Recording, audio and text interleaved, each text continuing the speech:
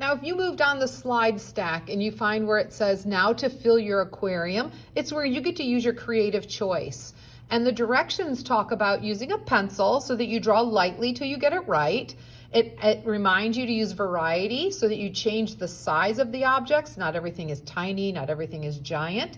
Remember, small things would be farther away, larger things would be in the foreground.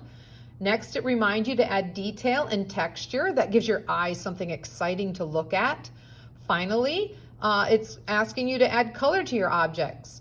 Most likely you have crayons or markers at home that you should use. Again, I always recommend crayons because we get more choices. You can use pressure to change the crayon from lighter or darker. You can layer crayon, adding or creating new colors. And you can use your crayons to color large areas pretty quick.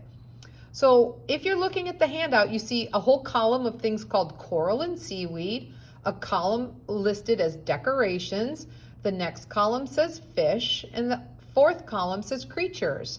So you can get started picking one thing from each column to add to your fish tank.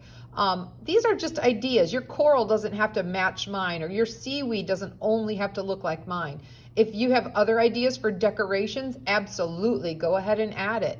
And if you want to use those for ideas for fish, those are terrific choices. But if you need to draw a simpler or easier fish, go right ahead. And then finally, whatever kind of creature you think goes in it. I really love that. Seahorse, but it looks pretty tricky. So I might make a seahorse that's easier. So check back in a minute and I'll have drawn or added some things to my aquarium.